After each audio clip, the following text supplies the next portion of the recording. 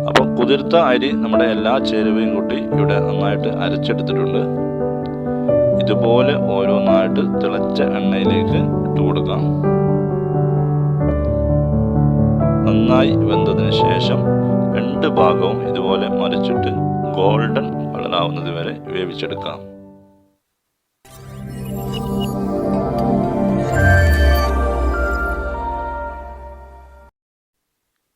Hi friends, Kachus videos എന്ന YouTube ചാനലിലേക്ക് എല്ലാവർക്കും വീണ്ടും സ്വാഗതം. ഈ പ്രാവശ്യം ഞാൻ നിങ്ങളുടെ മുന്നിലേക്ക് വന്നിരിക്കുന്നത് വളരെ ടേസ്റ്റി ആയിട്ടുള്ള നെയ്പത്തൽ, നമ്മൾ കണ്ണൂർ ഭാഗത്തൊക്കെ പറയുന്ന പേരാണ് നെയ്പത്തൽ. ഈ നെയ്പത്തൽ എങ്ങനെ നമുക്ക് തയ്യാറാക്കാം എന്നുള്ള ഒരു അടിപൊളി വീഡിയോ ആയിട്ടാണ്. അപ്പോൾ നമുക്ക് നേരെ നെയ്പത്തൽ ഉണ്ടാക്കുന്ന വീഡിയോയിലേക്ക് പോകാം. അപ്പോൾ നെയ്പത്തൽ തയ്യാറാക്കാൻ വേണ്ടിയിട്ട് ആദ്യം തന്നെ നമ്മൾ എടുത്തിരിക്കുന്നത് 1 കപ്പ് പുഴുങ്ങലരിയാണ്. പുഴുങ്ങലരി 1 കപ്പ്, അതേപോലെ തന്നെ പച്ചരി 2 കപ്പ്. 1 കപ്പ് പുഴുങ്ങലരിയും 2 കപ്പ് പച്ചരിയും വെള്ളത്തിലിട്ട് ഒരു 6 മണിക്കൂറെങ്കിലും അത് കുതിർക്കാൻ വെക്കുക. 6 മണിക്കൂർ കുതിർന്നതിന് ശേഷം ഇത് രണ്ടും കൂടെ ഒരു മിക്സിയുടെ ജാറിലേക്ക് ചേർത്ത് കൊടുക്കാം. മിക്സിയിലെ ജാറിലിട്ടതിന് ശേഷം ഒരു ചെറിയ സവാള കൂടെ അതിനകത്തേക്ക് ചേർത്ത് കൊടുക്കാം. സവാള ചേർത്തതിന് ശേഷം ഞാനിതിലേക്ക് ആവശ്യത്തിനുള്ള ഉപ്പ് കൂടി ചേർത്തിരിക്കുകയാണ്.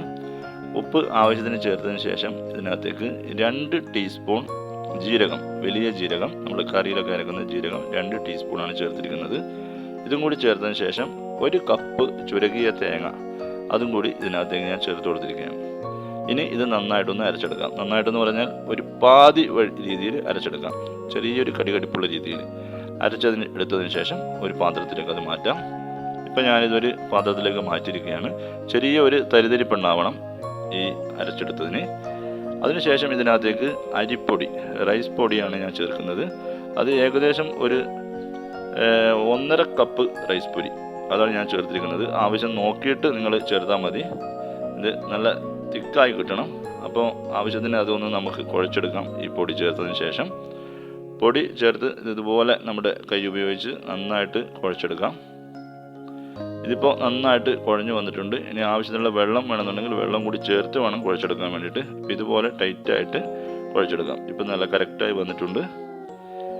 ഇനി ഇതിനെ നമ്മൾ പരത്തിയെടുക്കുകയാണ് ചെയ്യുന്നത്. ആദ്യം തന്നെ ചെറിയൊരു ബോൾ പോലെ ഉരുട്ടിയെടുക്കാം. അതിനുശേഷം വാഴയില ഉപയോഗിച്ചോ, ഇതല്ലെങ്കിൽ പൊളിത്തീൻ പേപ്പർ, ഇതുപോലുള്ള പൊളിത്തീൻ പേപ്പർ ഉപയോഗിച്ചോ കയ്യിൽ കുറച്ച് എണ്ണ ആക്കിയതിന് ശേഷം ഇതുപോലെ ഒന്ന് പരത്തിയെടുക്കാം. നല്ല റൗണ്ടായിട്ട്, നന്ന നീർങ്ങനെ ആക്കരുത്, ഒരു ചെറുവിരലിൻ്റെ വണ്ണമെങ്കിലും വേണം. ഓക്കെ, അപ്പോൾ അത് പരത്തിയതിന് ശേഷം എണ്ണ നന്നായിട്ട് ചൂടാക്കുക. എണ്ണ ചൂടായതിനു ശേഷം അതിലേക്ക് ഇതുപോലെ ഓരോന്നായിട്ട് ഇട്ട് കൊടുക്കാം. ഞാനിവിടെ എടുത്തിരിക്കുന്ന പാത്രം നല്ല ഇരുമ്പിൻ്റെ ഓട് പാത്രമാണ്. അപ്പോൾ നന്നായിട്ട് എണ്ണ ചൂടാകും. അതുപോലെ തന്നെ എണ്ണ നന്നായിട്ട് ആ ചൂട് നിലനിൽക്കുകയും ചെയ്യും. കരിഞ്ഞു പോകാതെ സൂക്ഷിക്കുക. ഒരു ഭാഗം ഒരു ഗോൾഡൻ ബ്രൗൺ ആയതിനു ശേഷം വീണ്ടും മറ്റേ ഭാഗം ഒന്ന് മറിച്ചിട്ട് കൊടുക്കേണ്ടതുണ്ട്. ഇപ്പം ഇത് ഏകദേശം ഗോൾഡൻ ബ്രൗൺ ആയിട്ടുണ്ട്. ഇനി അതൊന്ന് മറിച്ചിട്ട് കൊടുക്കാം. ഇത് നല്ല പൊങ്ങി വരും. ഇപ്പം നല്ല പൊന്തി വന്നിട്ടുണ്ട്. ഇതിപ്പം 2 ഭാഗവും ഗോൾഡൻ ബ്രൗൺ ആയതിനു ശേഷം നമുക്കിത് എണ്ണയിൽ നിന്നും കോരിയെടുക്കാം. ഇപ്പം ഏകദേശം ഒരു 2 മിനിറ്റ് 3 മിനിറ്റ് കൊണ്ട് തന്നെ നമുക്കിത് ചുട്ടെടുക്കാവുന്നതാണ്. വളരെ എളുപ്പത്തിൽ, എല്ലാവർക്കും വളരെ ഇഷ്ടപ്പെടുന്നൊരു സാധനമാണ് നെയ്പത്തൽ. ബീഫ് കറിയുടെ കൂടെയൊക്കെ നല്ല കോമ്പിനേഷനാണ്. പ്രത്യേകിച്ച് ഈ നോമ്പ് കാലത്ത് എല്ലാവർക്കും വളരെ ഇഷ്ടപ്പെടുന്ന, നോമ്പ് തുറക്കാനൊക്കെ ഇഷ്ടപ്പെടുന്നൊരു സാധനമാണ്. ഇത് അരി മുതിച്ചെടുത്തതിൻ്റെ പ്രത്യേകത കാണാം നിങ്ങൾക്ക്. ഇതിൻ്റെ മുകളിലായിട്ട് ഓരോ ഡോട്ടായിട്ട് ഇതുപോലെ ഓരോ ഡോട്ടായിട്ട് നിൽക്കും. അപ്പം ഈ വീഡിയോ നിങ്ങൾക്ക് എല്ലാവർക്കും ഇഷ്ടപ്പെട്ടു എന്ന് ഞാൻ കരുതുന്നു. എന്നും പറയുന്നത് പോലെ ഈ വീഡിയോ ആരെങ്കിലും സബ്സ്ക്രൈബ് ചെയ്യാൻ വിട്ടുപോയവരുണ്ടെങ്കിൽ തീർച്ചയായിട്ടും ഈ ചാനൽ സബ്സ്ക്രൈബ് ചെയ്യുക.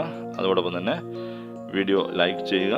നിങ്ങളുടെ അഭിപ്രായങ്ങൾ തീർച്ചയായിട്ടും നിങ്ങൾ കമൻറ്റ് ബോക്സിൽ വന്നിട്ട് അറിയിക്കുക. അപ്പോൾ അടുത്ത ഒരു അടിപൊളി വീഡിയോ ആയിട്ട് വരുന്നത് വരെ എല്ലാവരോടും ഗുഡ് ബൈ.